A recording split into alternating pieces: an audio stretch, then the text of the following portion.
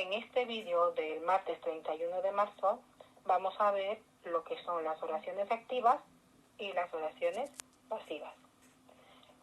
Se dice que las oraciones activas están formadas por sujeto más verbo y más complemento.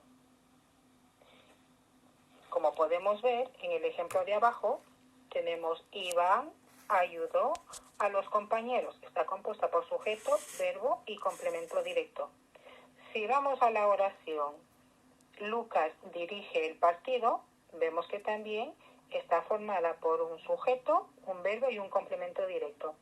Entonces estamos hablando de oraciones activas, tanto aquí como en este ejemplo, oraciones activas. Y si vemos los ejemplos de abajo, son las oraciones pasivas. ¿Qué nos dicen las oraciones pasivas? Que están formadas por sujeto más verbo en forma pasiva y más complemento agente. ¿Qué quiere decir verbo en forma pasiva? Quiere decir que está formado por el verbo ser más un participio. El verbo ser puede ser fue, fueron, es, son, y el participio son todos los verbos que terminan en ado o en ido. Por ejemplo, escuchado, no lo vamos a poner porque se da. Por ejemplo, escuchada, escuchadas, dirigido, dirigidos.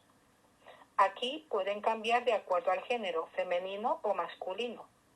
Pero, por regla general, el participio siempre termina en ado o en ido. Vale, pues vamos a ver ahora el ejemplo aquí de las oraciones pasivas. Tenemos aquí, nos dicen que las oraciones pasivas tienen que tener sujeto más verbo en forma pasiva más complemento agente. Vamos a ver.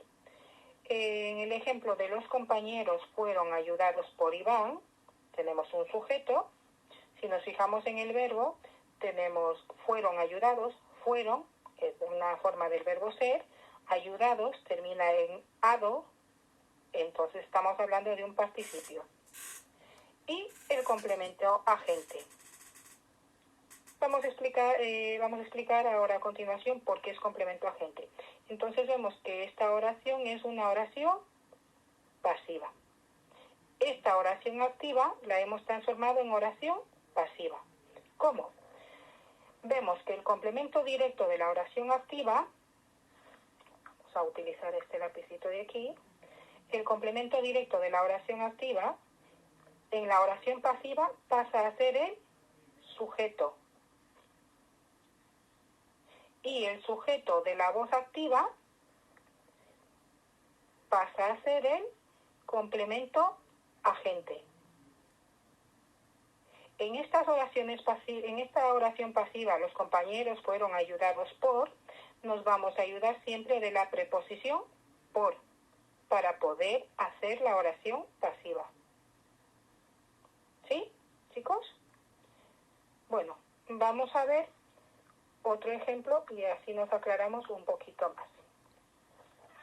En el siguiente ejemplo tenemos que Lucas dirige el partido y habíamos visto que es una oración activa.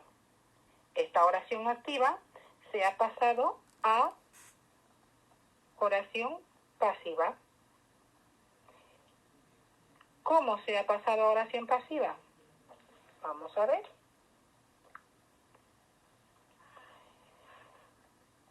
Como he dicho antes, el complemento directo de la oración activa pasa a ser el sujeto. El partido, el partido. Vamos a hacer un poquito más aquí. El partido, el partido. Y el verbo, vemos que aquí en la oración activa tenemos dirige, y como para pasar a oración pasiva nos dicen que tiene que tener el verbo ser más el participio, es una forma del verbo ser, y dirigido está en participio, porque termina en ido. Entonces estamos hablando de un verbo en forma pasiva. Y vemos que Lucas pasa a ser complemento agente. porque además nos está ayudando la preposición para poder hacer esta oración. De tal manera que esta oración nos ha quedado: el partido es dirigido por Lucas, que viene a hacer lo mismo, ¿sí?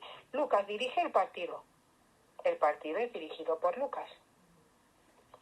Bueno, os voy a poner unas oraciones para deber, para que vayáis practicando, y el miércoles seguiremos haciendo oraciones activas y oraciones pasivas.